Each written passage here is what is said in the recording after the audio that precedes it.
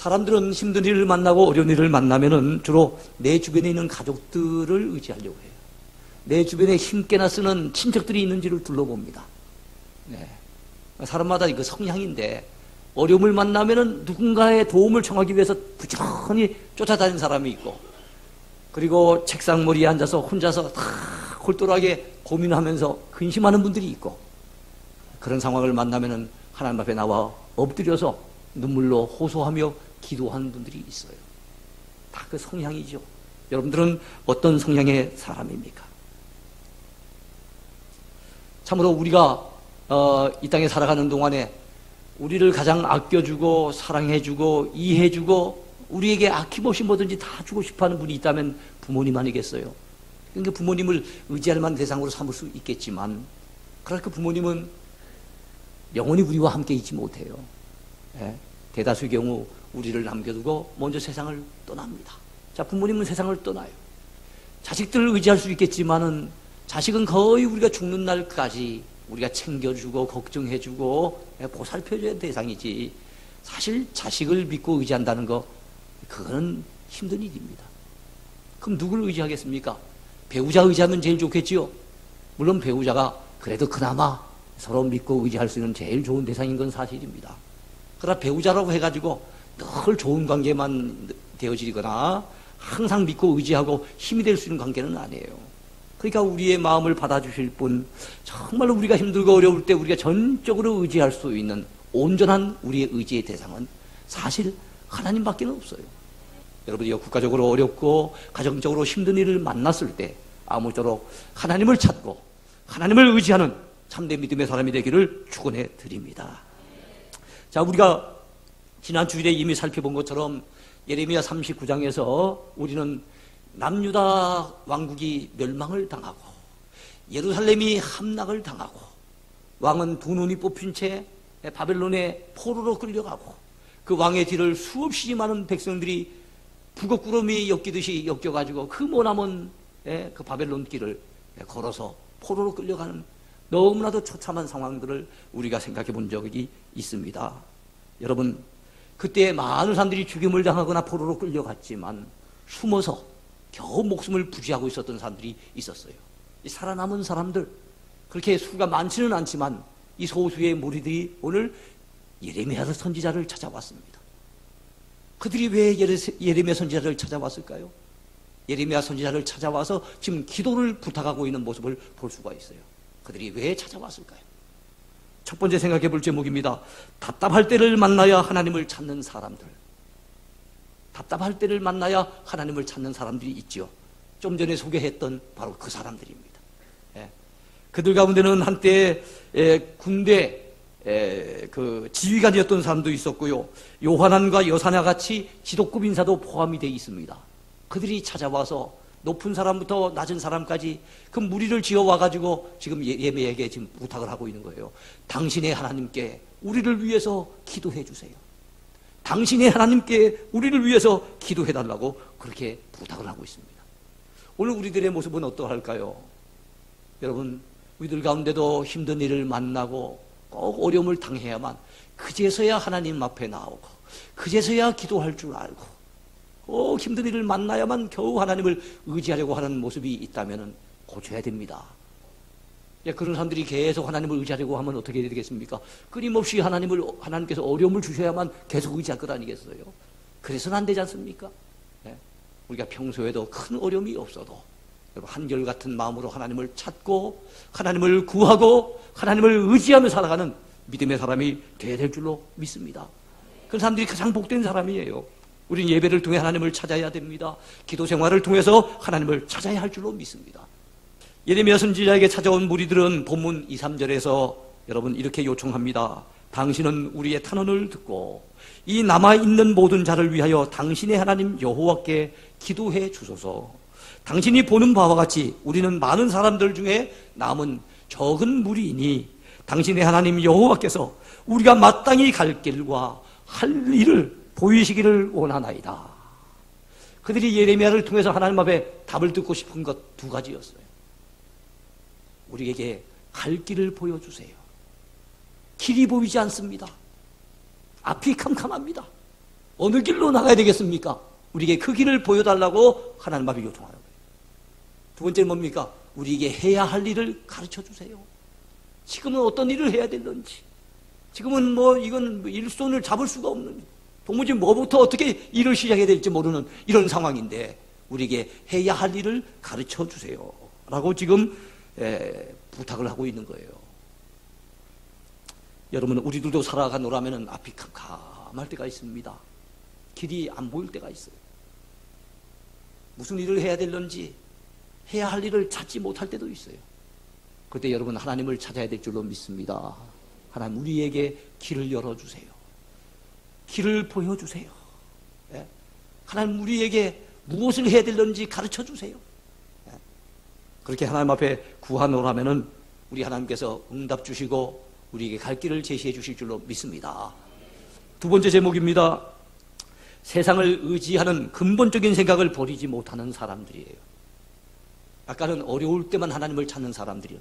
이번에는 그럼에도 불구하고 세상을 의지하는 근본적인 생각을 버리지 못하는 사람들. 예레미야 선지자는 유다 땅에 남겨진 이 소수의 무리들을 위해서 하나님 앞에 간곡하게 기도했어요. 하나님, 저들이 갈 길을 잃어버리고 있습니다. 저들이 너무 앞이 캄캄해서 참 당황해하고 있습니다. 하나님, 저들의 길을 보여주세요. 저들의 길을 제시해 주세요. 하면서 하나님 앞에 간절히 기도했는데 열흘 만에 하나님께로부터 응답이 왔어요. 오늘 본문 7절에 보니까 하나님께 이제 응답이 시작이 되는 거예요. 그 뒤로 쭉 하나님의 응답의 내용이 있습니다. 그 응답의 내용 가운데 10절을 봤더니 너희가 이 땅에 둘러앉아 산다면 내가 너희를 세우고 헐지 아니하리니 이는 내가 너희에게 내린 재난에 대하여 뜻을 돌이킴이라. 응답의 핵심은 뭡니까? 너희가 이 땅을 떠나려고 하지 말고 이 땅에 자리를 잡고 눌러앉아서 살아라. 지금은 이렇게 초토화되고 지금은 이렇게 황량한 광야처럼 되어버렸고 지금은 너무나도 보기에 참 답답한 상황이지만 그럼에도 불구하고 내가 너에게 은혜를 베풀어 줄 것이니 이 땅에 눌러 살아라. 유다를 떠나지 말라는 거예요. 하나님께서는 그들이 지금 애굽에 내려가고 싶은 마음이 간절히 있다는 것을 그 중심을 깨뜨려 보셨어요. 애굽에 내려가려고 하는 마음. 그래서 여러분 13절부터 17절까지는 애굽에 내려가지 말 것을 하나님께서 강력하게 말씀하고 계세요. 여러분 13절부터 17절까지 좀 깁니다만은 같이 한번 읽어봅시다. 그러나 만일 너희가 너희 하나님 여호와의 말씀을 복종하지 아니하고 말하기를 우리는 이 땅에 살지 아니하리라 하며 또 너희가 말하기를 아니라 우리는 전쟁도 보이지 아니하며 나팔 소리도 들리지 아니하며 양식의 궁핍도 당하지 아니하는 애굽 땅으로 들어가 살리라 하면 잘못되리라. 너희 유다의 남은 자여 이제 여호와의 말씀을 들으라. 만군의 여호와 이스라엘의 하나님께서 이와 같이 말씀하시되 너희가 만일 애굽에 들어가서 거기에 살기로 고집하면 너희가 두려워하는 칼이 애굽 땅으로 따라가서 너희에게 미칠 것이요 너희가 두려워하는 기근이 애굽으로 급히 따라가서 너희에게 임하리니 너희가 거기에서 죽을 것이라. 무릇 애굽으로 들어가서 거기에 머물러 살기로 고집하는 모든 사람은 이와 같이 되리니 곧 칼과 기근과 전염병에 죽을 것인즉 내가 그들에게 내리는 재난을 벗어나서 남을 자 없으리라. 여러분 그 내용을 봤더니 애굽에 내려가라는 얘기입니까? 내려가지 말라는 얘기입니까? 내려가지 말라는 거예요. 여러분 그들이 왜 지금 애굽으로 내려가려고 합니까? 거기는 전쟁의 소리가 안 들리더라 이거예요. 거기는 막 전쟁을 시작하는 나팔 소리도 들리지 않더라는 거예요. 거기에는 배고픔, 이 기근이 없더라는 거예요. 아주 풍요로워서 먹을 것도 참 많고 살기가 너무 좋은 땅이라는 거예요. 그래서 그곳으로 내려가려고 생각하는 그들에게 너희들이 내려가면 잘못될 것이다. 너희들이 내려가는 그 순간 내 말을 순종하지 아니하고 내려가는 그 순간 너희들이 두려워하는 칼을 내가 너희에게 보낼 것이며 너희들이 두려워하는 기근을 내가 너희에게 보낼 것이다. 거기에서 칼과 기근과 전쟁으로 말미암아 칼과 기근과 전염병으로 말미암아 죽게 될 것이니 절대로 그리로 내려가지 말라고 하나님이 경고하시는 내용이 본문에 나와 있어요. 요즘으로 친다면은 세상으로 내려가면 망한다. 세상 길로 내려가지 말아라. 당장은 눈에 보기에 세상 길로 가면 잘 될 것 같이 보일지 모르겠지만 아니다. 그 길은 망하는 길이다. 라고 하시면서 우리에게 세상 길로 내려가지 말 것을 경고하고 계세요. 사랑하는 성도 여러분이요, 어떤 일이 있더라도 하나님의 품을 떠나고 주의 교회를 떠나고 믿음의 길을 저버리고 세상 길로 내려가는 어리석은 자가 되지 마시기를 축원해 드립니다. 자, 그런데 여러분, 그들의 반응이 어떠합니까? 여러분, 그들의 반응은 뜻밖이었어요. 아, 그렇습니까? 하나님께서 그렇게 말씀하셨습니까? 하고 순종하면 얼마나 좋아요. 그들은 아주 격앙된 반응을 보이면서 예레미야에게 그대가 지금 거짓말을 하고 있다고, 애굽으로 내려가지 말라는 것이 하나님의 뜻이라는 것이 새빨간 거짓말이라고, 어디 그런 말이 있느냐고 막 화를 내면서 지금 현재 아주 교만한 모습으로 예레미야에게 달라드는 모습을 볼 수가 있어요. 그래서 어떻게 됩니까? 예레미야 43장 2절 말씀을 보면은요, 호사의 아들 아사랴와 가레야의 아들 요하난과 모든 오만한 자가, 자, 오만한 자라 그랬어요. 모든 오만한 자가 예레미야에게 말하기를 내가 거짓을 말하는도다. 우리 하나님 여호와께서 너희를 애굽에서 살려고 그리로 가지 말라고 너를 보내어 말하게 하지 아니하셨느니라. 43장 3절에 봤더니 이는 네리야의 아들 바룩이 너를 부추겨서 우리를 대적하여 갈대아 사람의 손에 넘겨 죽이며 바벨론으로 붙잡아가게 하려 함이라. 네가 그런 말을 하는 거 보니 바룩에게, 여러분 예레미야의 동력자 중에 바룩이 있었어요. 바룩이 네가 너를 부추겨가지고 그래서 여기 우리를 머물게 하려 함이구나.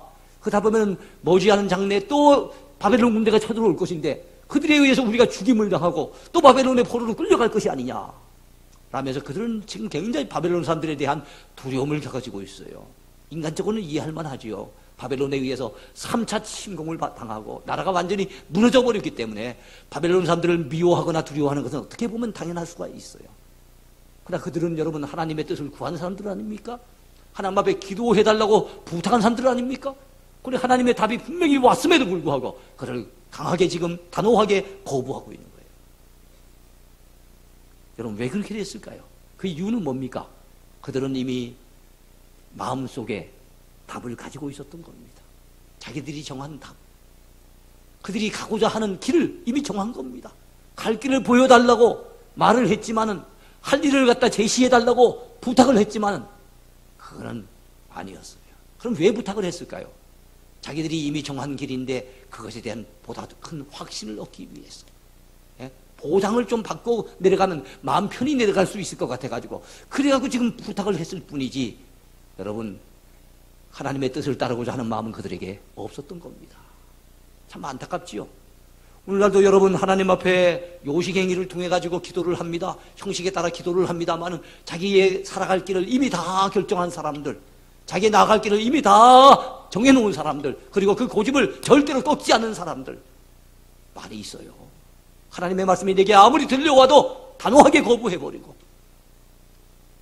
하나님의 뜻을 자기에게 들려주시는 성령님의 감동이 있어도 여러분 그걸 단호하게 거부하면서 자기의 길을 고집하려고 하는 사람들이 있어요.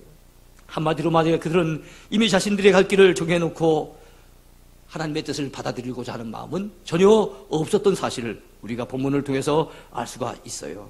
자기들의 고집을 꺾지 아니하고 하나님의 말씀이 전달됐지만은 순종하지 아니하고 그 길로 내려가요. 자기들만 내려갔으면 그나마 좋으련만 왜 애꿎은 예레미야를 데려갑니까?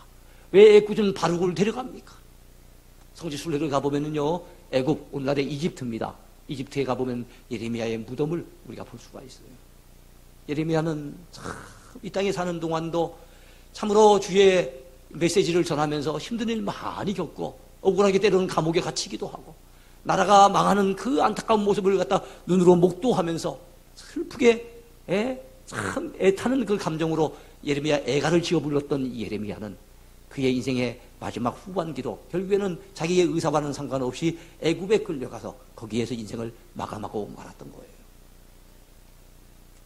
오늘 우리가 읽고 있는 이 예레미야서를 기록한 예레미야의 인생이 그러합니다.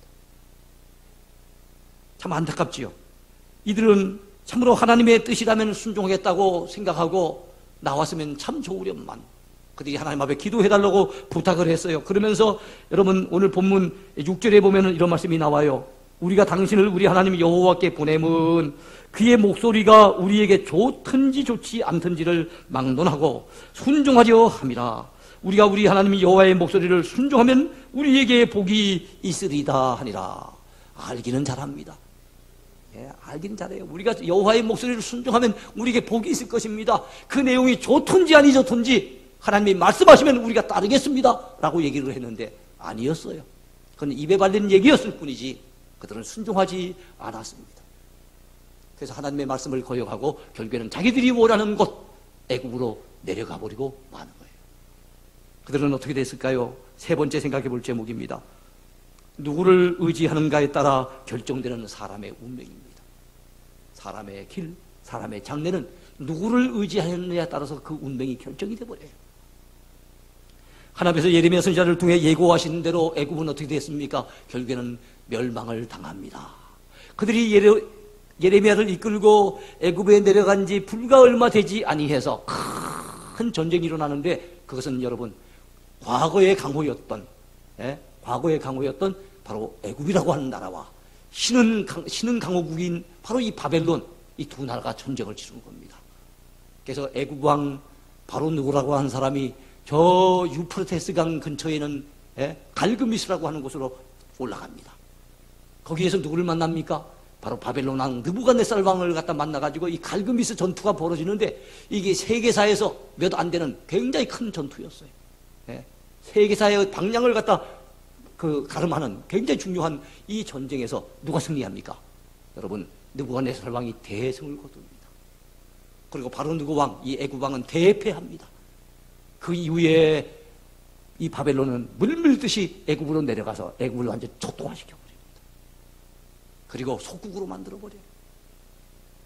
유다 백성들이 그토록 의지하려고 했던 애굽, 전쟁이 없는 곳이며 그리고 전쟁의 나팔 소리도 들리지 않는 곳이며 먹을 것이 넉넉하고 핍절함이 없는 곳이라고 좋아해서 그리로 일부러 내려갔는데 내려가 봤더니 그곳에 전쟁이 나더라 이거예요. 내려가 봤더니 그곳에 재난을 만나더라 이거예요. 하나님의 말씀을 불순종했더니 그 결과가 어떠했습니까? 결국에는 망하는 길로 들어가고 말았던 거예요. 여러분, 우리는 때로는 어리석어질 때가 많아요. 하나님의 말씀에 귀를 기울이지 않으면 어리석은 그런 행동을 하게 됩니다. 기도 생활이 없고 하나님께서 주시는 성령의 감동을 따라 살지 아니하면 우리는 필경에는 잘못된 길을 들어서기가 쉽습니다. 그러면 여러분이요, 하나님의 말씀에 귀를 기울이시기 바라요. 그 말씀이 내 생각하고 달라도 그 말씀에 순종하시기 바랍니다. 기도해서 하나님이 응답을 주시거든 내가 원래 의도했던 길하고는 다른 길이라 할지라도 하나님이 원하시는 그 길로 나가시기 바랍니다. 그 길이 바로 살 길이에요. 그 길에서 하나님이 복을 주시는 겁니다. 이제 말씀을 정리를 하겠어요. 이 세상에 영원한 제국은 없습니다. 옛날부터 건불 10년이라고 하지 않습니까? 10년간은 건세가 없다는 거예요. 요즘은 대통령 임기가 5년이다 보니까 요즘 자주 쓰는 말은 건불 5년이란 말 많이 씁니다. 건불 5년, 건부 5년 이렇게 얘기를 많이 씁니다만은 그래요. 영원히 오래가는 그런 권력 없어요. 그런 힘 있는 자 세상엔 없습니다. 그러므로 우리는 변함없으신 분, 능력이 한결같으신 분, 변함없는 사랑으로 우리를 늘 지켜보시고 돌보시는 분, 우리 하나님을 의지해야 될 줄로 믿습니다. 그 하나님의 반석 위에 우리가 굳건하게 우리의 믿음을 집을 지어야만 우리의 삶의 흔들림이 없게 될 줄로 믿으시기 바랍니다. 그래서 오늘 본문 11절에 보면 이런 말씀이 나와요. 여호와의 말씀이니라. 너희는 너희가 두려워하는 바벨론의 왕을 겁내지 말라. 내가 너희와 함께 있어 너희를 구원하여 그의 손에서 너희를 건지리니 두려워하지 말라. 두려워 떨고 있는 그 백성들에게 하나님 주시는 약속의 말씀에 두려워하지 말아라. 이 땅에 머무르면 내가 보장해 줄게, 책임져 줄게. 바벨론 왕을 절대로 두려워하지 말아라. 내가 너희를 건져줄 것이며 너희를 구원해 줄 것이다 라고 하나님이 말씀하고 계시잖아요. 여러분, 우리나라는 지금 중국과 미국과 중국 사이에 끼어서 서로 눈치본이라고 말입니다. 참 힘든 상황이에요. 과거에 그거를 생각한다면 당연히 우리는 미국하고 지금까지도 가장 중요한 관계지만 요즘 이제 중국과의 교육이 늘어나고 경제적인 측면에서 중국과 일이 가까워지고 이러다 보니까 중국을 또 무시할 수 없는 상황이 되니까 그 사이에서 미국은 사드를 갖다 놓고 싶고 중국은 그걸 갖다 강력하게 지금 반발을 하고 있고 또 우리에게는 사실 사드가 좀 필요한 건 사실이고 이래서 눈치를 볼 수밖에 없는 상황이에요. 여러분, 해방 후에 어린아이들이 부르던 노래 가운데 이런 노래가 있었답니다. 미국을 믿지 마라. 소련에 속지 마라. 중국을 주의하라. 일본이 일어난다. 조선아 조심하라. 그런 말이 있었다는 거예요.